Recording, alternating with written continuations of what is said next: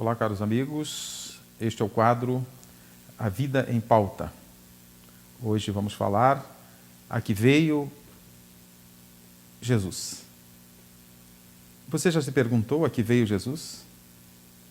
Já se fez este questionamento? Por que Deus nos envia Jesus? Evidentemente, se estudamos o Evangelho, sabemos a que veio Jesus.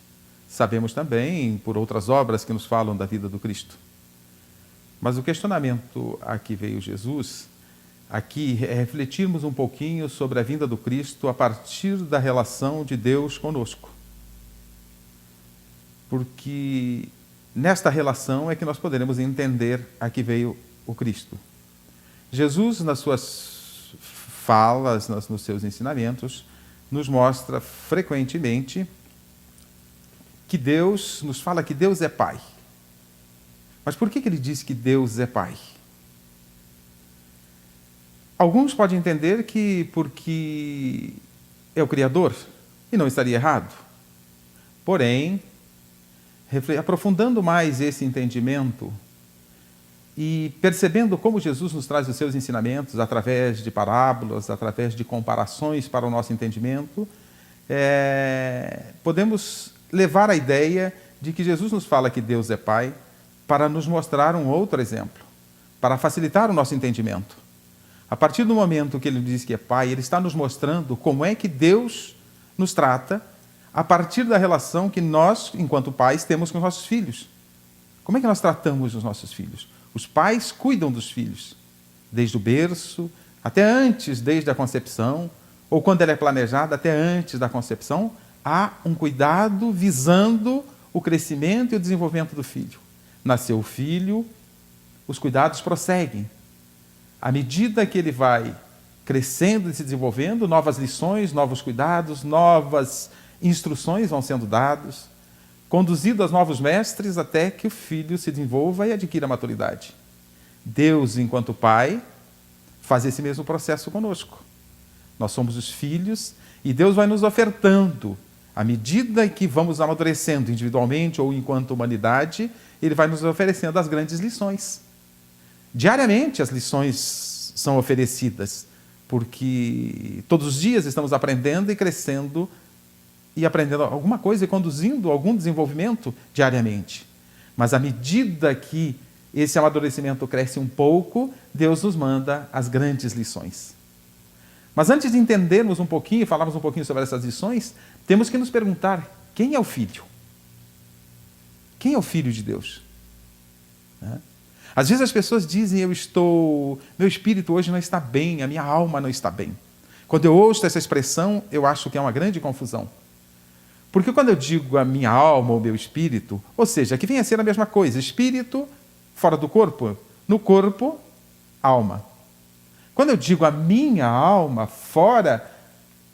quando eu digo a minha alma está acabrunhada, ou está aborrecida, não está bem hoje, há um sentido de posse. E eu pergunto: quem é o proprietário?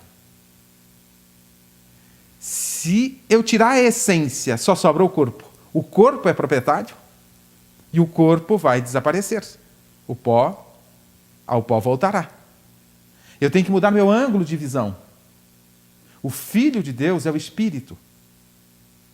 Nós, espíritos, enquanto espíritos, somos filhos de Deus, que estamos temporariamente no corpo como uma oferta que Deus nos dá para o nosso crescimento e desenvolvimento nesse cuidado que Deus tem para conduzir os seus filhos na direção dele, para que seus filhos retornem à casa do Pai, quais filhos pródigos que somos. Então aí nós vamos entender Deus como um pai que cuida dos seus filhos e nos manda as lições necessárias de acordo com a nossa evolução. Em duas grandes áreas. Na área intelectual, para o desenvolvimento da inteligência. Na área moral ou afetiva, para o desenvolvimento dos sentimentos, dos valores. Eu costumo dizer que a intelectual são os olhos que nos farão abranger o universo mais distante, são os olhos intelectuais, do intelecto. E os olhos da moral para nos aproximarem e nos conduzirem até Deus. Então, nestas duas áreas, Deus nos mandou lições Na área intelectual, vamos falar rapidamente, na área intelectual nos mandou lições através de Galileu, vamos falar no plural dos Einsteins, dos Copérnicos, dos Stephen Hawking e tantos outros para o nosso crescimento intelectual. Mas é necessário o crescimento moral e as lições vieram também para o desenvolvimento moral, através dos profetas, através dos filósofos. E à medida em que nós fomos absorvendo e nos assenhorando, pelo menos a grande maioria, ou uma boa parte destes conhecimentos enviados através dos profetas, dos filósofos, Deus nos mandou as novas lições. E foi assim gradativamente desde o início dos tempos. A primeira grande revelação, a primeira grande lição vem com Moisés, no momento em que éramos crianças espirituais. Como é que nós fazemos com nossos filhos quando estão recém começando a andar, a caminhar, a aprender a comer? Nós definimos regras do tipo, não pode isso, não pode aquilo, não põe o dedo na tomada porque leva choque, não põe o dedo na panela quente ou a mão porque queima.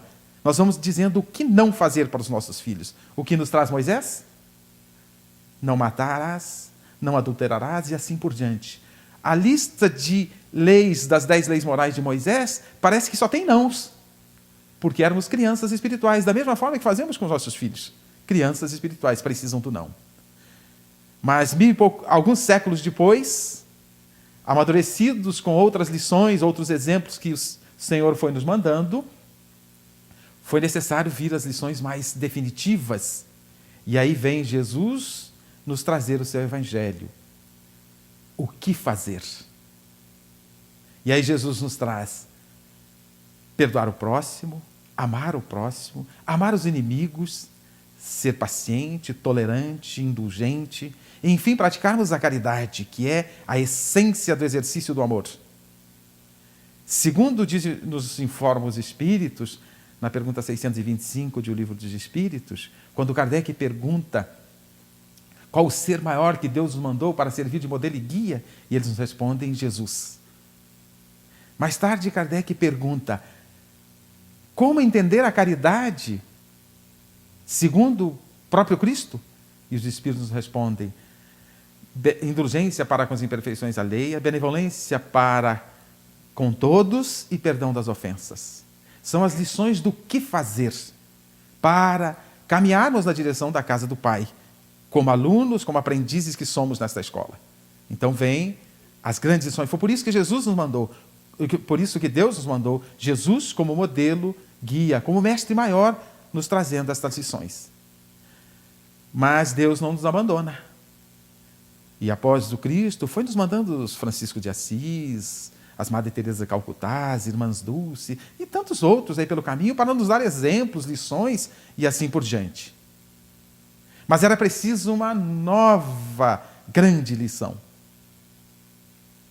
E o Cristo sabia disso, tanto que ele nos promete: vou-me, mas rogarei ao Pai, e ele vos mandará um outro Consolador, o Espírito de verdade, para que fique convosco, para vos relembrar o que tenho dito. Será que ele sabia que esqueceríamos? E para vos esclarecer todas as coisas, porque ele não nos esclareceu tudo. E aí, a 18 de abril de 1857, nós temos o advento da doutrina dos Espíritos, nos trazendo, agora não mais o que não fazer, não mais o que fazer, mas como fazer. É o cuidado que Deus tem para o crescimento e desenvolvimento dos seus filhos.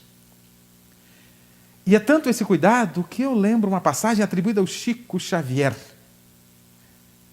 Pode ser folclore, mas é uma grande lição. Certa feita, chega um cidadão ao Chico e diz: Chico, eu já estudei de tudo, já estudei a Bíblia, já estudei as obras espíritas, já frequentei várias crenças religiosas. A interpretação é minha, o texto pode ter algumas alterações. Mas não consigo acreditar na existência de Deus. Chico deve ter pensado: quem sou eu para convencer, se com tudo isto este moço não conseguiu aceitar a existência e acreditar na existência de Deus? Quem sou eu para convencê-lo de qualquer coisa? E Chico responde de forma maravilhosa: meu filho, que você acredite na existência de Deus não é importante. O importante é que Deus acredita em você. O pai cuidando de filhos. Deus é pai. Nós, espíritos, somos filhos, encarnados ou desencarnados, no corpo ou fora deles. conversamos um pouquinho sobre a que veio Jesus neste quadro que procuramos trabalhar a vida em pauta. Muito obrigado. Fiquem com Deus.